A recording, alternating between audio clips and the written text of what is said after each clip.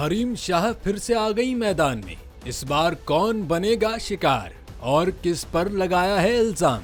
पाकिस्तान की मारूफ टिकटॉकर हरीम शाह, जो अक्सर सियासतदानों को वीडियो लीक करने की धमकियां देती रहती हैं, इस बार उन्होंने आईसीसी वर्ल्ड कप 2023 फिक्स होने का दावा किया है और उनका कहना है कि भारत और आईसीसी ने वर्ल्ड कप फिक्स किया हुआ है। ये दावा उस वक्त सामने आया जब आईसीसी वर्ल्ड कप के 37वें मैच में भारत ने जनूबी अफ्रीका को 243 रन के भारी मार्जिन से शिकस्त दी और साथ ही भारत ने इस वर्ल्ड कप में नाकाबिले शिकस्त रहने का एजाज बरकरार रखा।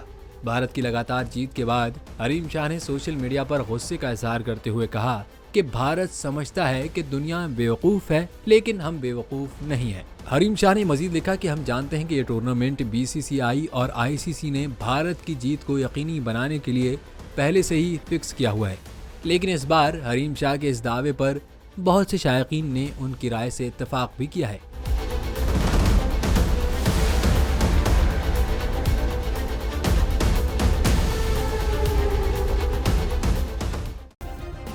सब्सक्राइब करें और बेल दबाएं ताकि कोई खबर रह न जाए।